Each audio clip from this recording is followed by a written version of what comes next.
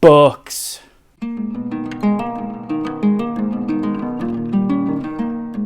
Welcome back to StoryTube. What is the story? We are going to tell you what we read last month. The last wrap-up of 2024. Enjoy. Or don't.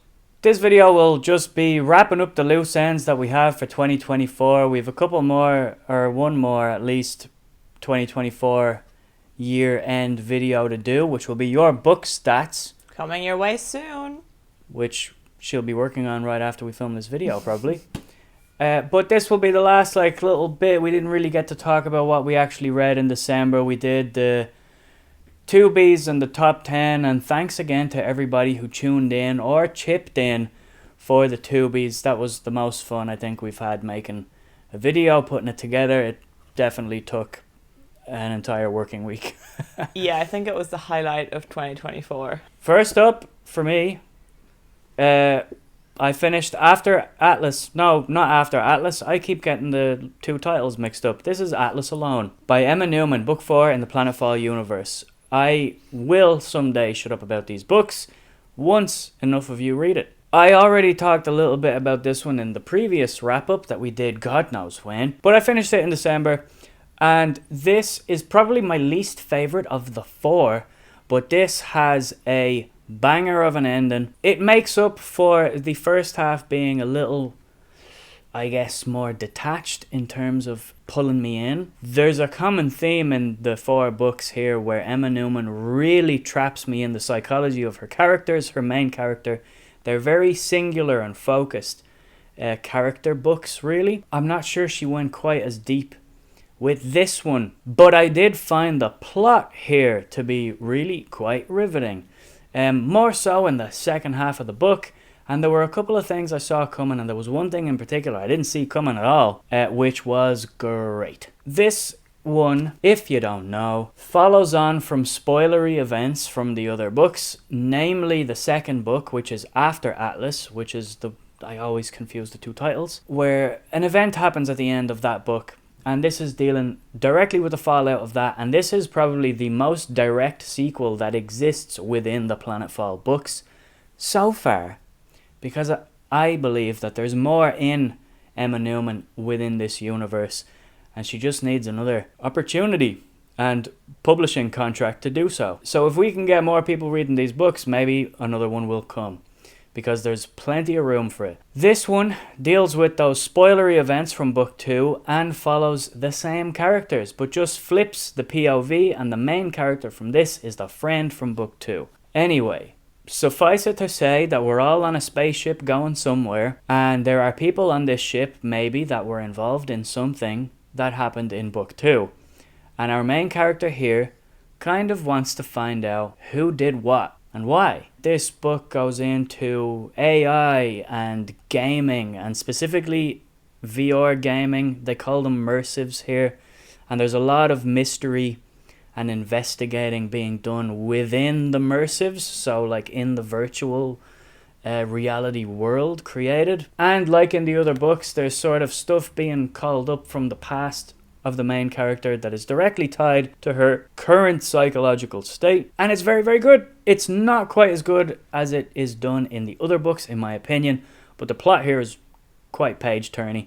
It's still a really good book. It's still better than a lot of sci-fi that I have read, and it was a nice way to cap off my journey with the Planetfall books, and I want more of them because she is far from done. The first book that I finished in December, I'm not going to talk about a lot because I spoke about it in our November wrap-up, which is when I had read like half of the book, and that is My Dark Vanessa by Kate Elizabeth Russell. For some reason, I always want to call her Mary Elizabeth Russell. Why is that? Mary Elizabeth Winstead, an actress. Probably what I'm thinking of. I've spoken about this book, I feel, in every other video we've made in the last month. I spoke about it in the November wrap-up. I have a review for it. I spoke about it on the 2Bs. I spoke about it on the top 10. So there's no more to say about My Dark Vanessa. It's just one of my favourite books I read in 2024. And I really, really loved it. The second book that I read in December was The Song of Achilles by Madeline Miller. I also made a review for that, so I'll keep this pretty brief and you can go check that out. But basically, this is the first Greek mythological retelling of the modern trend that I have picked up. And I figured why not start at the beginning with Madeline Miller, who I feel probably kickstarted the current craze of predominantly feminist retellings of Greek myths. And I enjoyed this a lot. I think this is a very good book. It's a retelling of the Trojan War, but really the relationship between Patroclus and Achilles. That is the main focus of this book. It is essentially a love story. Everything else is secondary to their relationship and the tragedy of their lives, which is not really a spoiler because these stories are like several thousand years old. I really liked it. I think there's room for improvement. I don't mean this necessarily as a criticism, as much as just you can tell that Madeline Miller is a great writer and this is her first book. So I went and I bought Circe straight away, which is her second novel, and I might read that in 2025. No promises, we'll see. But I was very happy that I picked this up, and it made me interested in trying some other contemporary retellings of ancient myths. Next book I read was another one that I spoke about briefly in the previous wrap-up that I had started it, and I finished Drive Your Plow Over the Bones of the Dead by Olga Tokarczuk, which is a very weird, offbeat, semi-comic literary fiction, I suppose, but this is kind of a rural noir book with a very unusual protagonist in that she's an old Polish lady living in the mountains and she's obsessed with astrology. And she's not too keen on all her neighbours. She's semi-reclusive. There's shades of hot girl fiction in this book as well. She is very vocal about animal rights, which seemingly is a big topic in Poland. I'm not sure, don't quote me on that. But seemingly in this book, at least, she's dealing with a lot of topical things in Poland. And mainly, that is where feminism is at in Poland right now. She wakes up one morning to find one of her neighbours, that she doesn't really like anyway, dead. And the police turn up, and I guess the whole neighbourhood kind of congregates because there's stuff happening. And they all start asking questions, and there's investigation, and she's basically like, I don't care what happened to this guy. He used to tie his dogs outside and leave them out all night. I don't care that he's dead. And you're just sort of following her internal thoughts throughout the whole book, judging people based on where Saturn is in the sky. And it's very, very funny. I think it's also kind of about how we just sort of dismiss elderly people, or like even in this small town setting or the small town environment, you just kind of cast them aside subconsciously as the crazy old lady that lives in the house, and you don't take them seriously.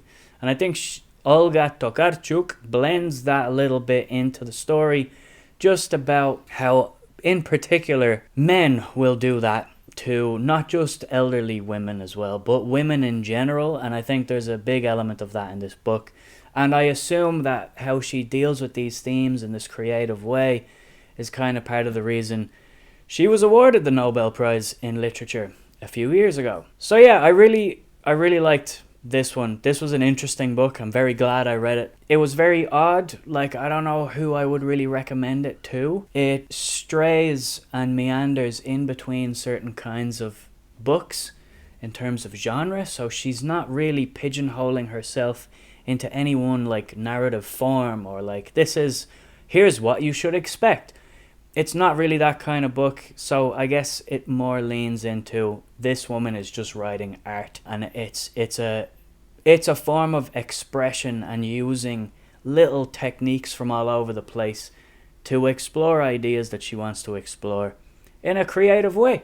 And it's a really good book. I'm pretty sure, if I remember correctly, it won an award for me at the Tubies, and I don't remember which one it was. The Translated Fiction Award, that was it. Anyway, that's Drive Your Plow Over the Bones of the Dead, which, by the way, for me is the best title of 2024. That is a great title. Yeah. Oh my god, that should be a category in the Tubies next year. Oh, cool. Best title and best opening line. Oh, nice. Yeah. The next book I read in December, I don't have to hold up. Not because I don't own it, but because I cannot find it. We spent about 15 minutes before starting to film this video looking for it. We found the second and the third one, but we couldn't find the one that I actually read, which is The Blighted Stars by Megan E. O'Keefe. I will admit one of the main reasons that I picked this book up in the first place was the cover, because it's gorgeous and the other two are just as gorgeous, but this is a space opera, science fiction, with, I guess, not just a romantic subplot, but a strong element of romance. So it kind of brings that romanticy thing into sci-fi. Would you call it romantify? Romancify. Romancify. You're welcome, publishers. Anyway, I really enjoyed this book for the most part. The first half I had a great time with. I read it in like 2 days, was speeding through it. The plot was really engaging. The sci-fi elements very interesting. And then I hit a wall a little bit, and then I had like 100 pages of a slog. And then the ending won me back a little bit. But mainly my issue with this was, unfortunately, that I didn't quite buy the romance side of things. I thought the dialogue between the two main characters was not that great. It was a bit off, and the romance just didn't feel believable to me, which is very unfortunate because the premise of it is enemies to lovers, two people on opposite sides of an intergalactic conflict kind of thing, like big evil corporations versus the revolutionary group. Like, that's straight up my alley. Unfortunately, that just didn't really do it for me, but the actual sci-fi bits and the plot was really cool, and I wanted more of that. Sometimes, for most of the book, I felt a bit confused about how things were supposed to work, and I thought the world building is quite based on, it's not really based on geology and biology, but there are a lot of like plants mentioned and fungi and stuff like that. And I was a bit lost, I got a bit confused, and I wanted more in-depth exploration of those things and less of the romance, because I didn't really like the romance. So a bit of a miss in some places, but I still think there was enough good stuff in there that I'm very glad that I read it. And it's a very contemporary sci-fi written by a woman with an interesting like spin to it. So I'm glad that I picked it up. She's definitely inspired by Bujold, I'd say. So I'd like to pick up Bujold at some point. I did film a review for it that I will edit at some stage and upload, so I'll leave it at this, and some more thoughts will come eventually. So the next one for me was an audiobook and a memoir this time, and that was Rambling Man, My Life on the Road by Billy Connolly, which is the second Billy Connolly memoir / autobiography, whatever, that I've read by him in the last year or two, because he's written these 2 books in the last year or two. So last year, I think it was, I read his autobiography. I listened to it on Audible because Billy narrates them himself, and it's wonderful to listen to. Billy Connolly is my favourite comedian of all time, and he's a comedian that I grew up with, which is probably where I learned to speak the way I do. He's one of me and my dad's favourite comedians, and I just find the way Billy Connolly tells stories is kind of the way I might tell a story, because he rambles. And in this book, this little memoir, he talks about his philosophy for life, really, but this is not a self-help book. This is just him being a rambling man and what he has decided his life means to him as a rambling man, in both how he rambles around in his travels and how he talks. And I like the way this audiobook is edited as well and produced, because he does ramble and he does go on bits of tangents, and sometimes he will even make himself laugh with an anecdote here or there, and they don't edit that out. It's very real and honest and funny because he's a comedian and he's Billy Connolly. So I really love this audiobook. I think these 2 are probably my 2 favorite audiobooks, just because it's more so like comedy and life and not taking things so seriously, and it's Billy Connolly. and he makes me feel good, and he makes me feel better about all of this stuff called life. Because his approach to it is sort of my own philosophy, I guess. My dad always called Billy Connolly more of a philosopher than a comedian. It's just a lot of his philosophy happens to be fucking hilarious. Which I just think is a great way to put it. And honestly, it sums him up. So, yeah, Rambling Man by Billy Connolly was a great little audiobook. Even if you don't know who Billy Connolly is, I would still recommend it. Because it's just a good time. It's funny. Well, the last book that I finished in December, and therefore in 2024, was a banger, and that was Penance by Eliza Clark. If you watched our top 10 video, you would have seen that there. It didn't make the Tubies because I finished it after we filmed those, so it was really, really late in the year. I loved this book. I read both of Eliza Clark's novels this year, Boy Parts and Penance. And this was just a fascinating exploration of the dark sides of femininity when you're specifically growing up as a teenage girl in the 2010s, which is very specific and nothing that I have read before in this way. I don't think a book like this exists, and it's framed through the lens of true crime and society's obsession with true crime. So the concept is basically a teenage girl, a 16-year-old, I believe, got murdered by 3 of her classmates, and a journalist slash writer writes a true crime novel about that murder. And this book that we're reading is that fictional true crime novel. Not true crime novel, I guess, true crime book. So we have like extracts from podcasts and interviews and letters and things like that.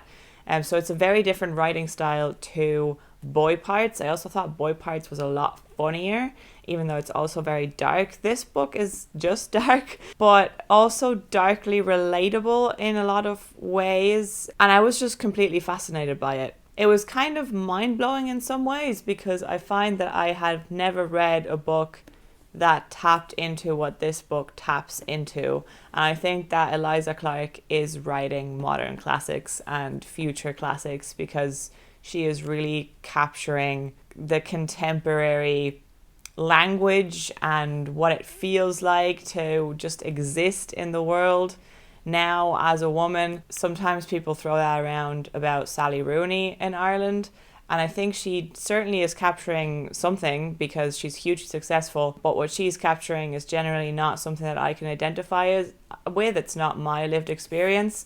I'm not saying that this is my specific lived experience because thankfully my life has not been that dark, but I think generally what she's tapping into and the kind of societal circles that she's moving in and describing, I think she's doing exactly that. She is capturing the zeitgeist.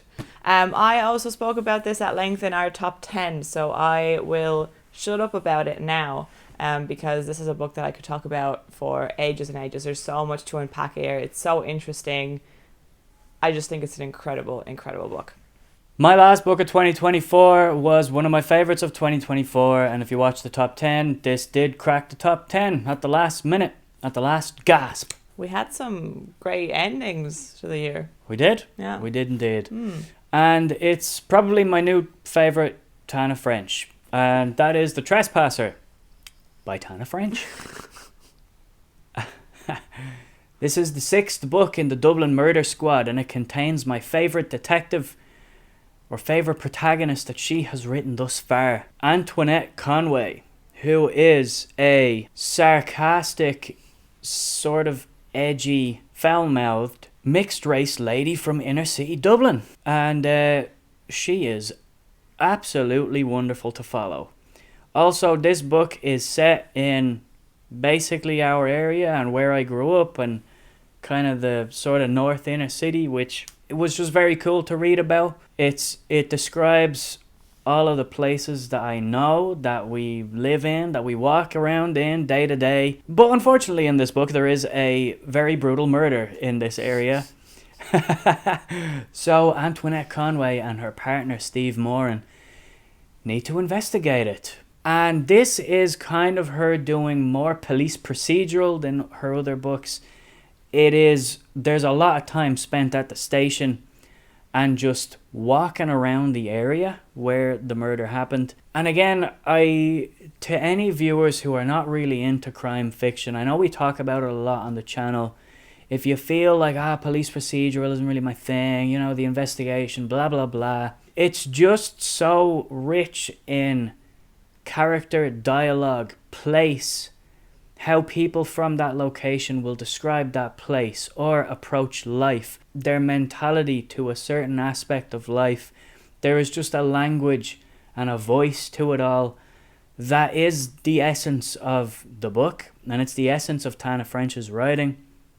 And this one, to me, it's the most inner city Dublin book that I've ever read.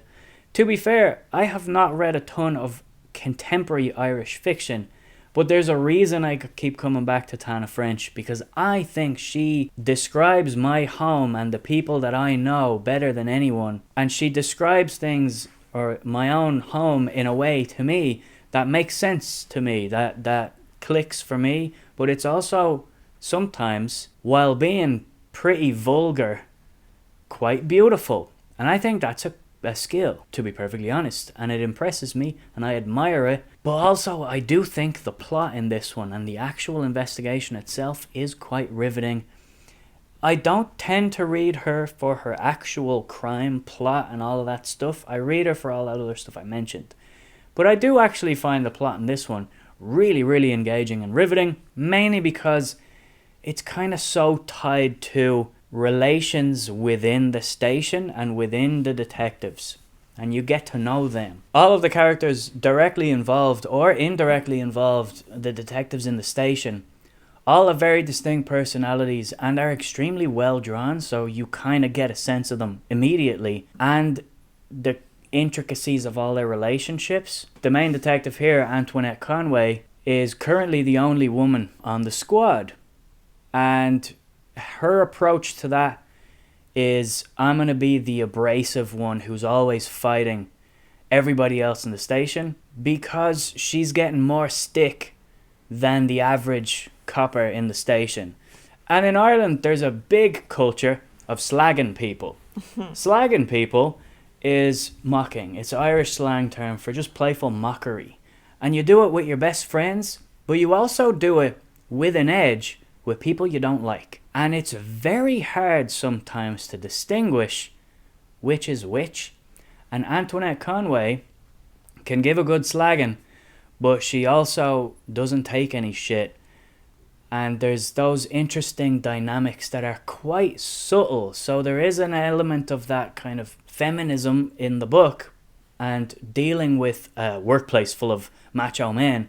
But it's quite subtle because it's not so overt as people just treating her as an object or, that kind of stuff. It's more like she'll leave a witness statement sheet on her desk and somebody will nick it and hide it away. But they do it repeatedly to the point of that's harassment now. And that sort of workplace harassment that's quite subtle, especially in a institution as old as the coppers, or as we call them here, the guards. It just gets brushed under the rug, or a bit of a shrug of the shoulder. Well, happens to everybody. That kind of stuff in this book really, really keeps you engaged, and you really want to know, is she being paranoid? Is there an element of this that is really affecting the case and her career?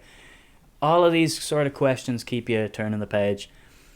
But mainly, it's just she writes with such a great, accurate voice of Dublin's inner city that I appreciated. And this is probably my favourite Tana French so far. It's a little more aggressive in terms of the voice, but it fits. So I enjoyed it quite a bit, as you can tell. And it did make the top 10 of the year. And if you haven't seen that yet, go watch that, and I won't spoil where it landed. I do pledge to read Emma Newman and Tana French in 2025. Spectacular. Yeah. Spectacular. And you've started off reading Dennis Lehane. This is wonderful for me. Cool. Shall we wrap this up? Oh, actually, what was your book of the month? My book of the month was The Trespasser by Tana French. Easy. Nice. Yeah. Nice. My book of the month was Penance by Eliza Clark. That was not a surprise at all. Shall we wrap this up? Absolutely. We're going to wrap this up now. We'll be back in the next few days, maybe. You'll be back with some book stats from 2024. Look out for that, Evie. And after that, I imagine we might have some book reviews coming, and we'll figure it out, but we'll keep you guys posted. If this is the first time you've ever watched our channel, stick around and subscribe. If you liked this wrap-up, the first wrap-up of 2025, still talking about 2024, but anyway, give it a like and comment down below. How did you finish off 2024? What are you looking forward to in 2025? What do you plan to read in January? We're already a good bit into January, so what are you reading? All that stuff. Tell us down in the comments, and thanks for watching. We'll see you next time.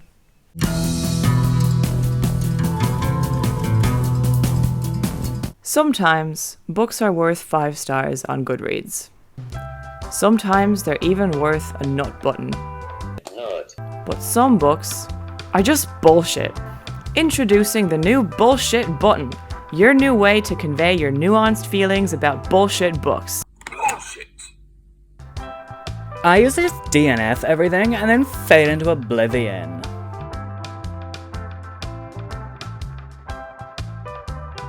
But now, I feel seen and heard. Reading is bullshit. Bullshit. Bullshit in oil too. Gone are the days of rant videos on BookTube or reading angry, nonsensical Goodreads reviews. The Bullshit Button dispenses with all of that bullshit. Bullshit alert. I love the bullshit button. I even use it in work. It's great for bullshit meetings. Bullshit. Buy your Bullshit Button for only $69.99 today.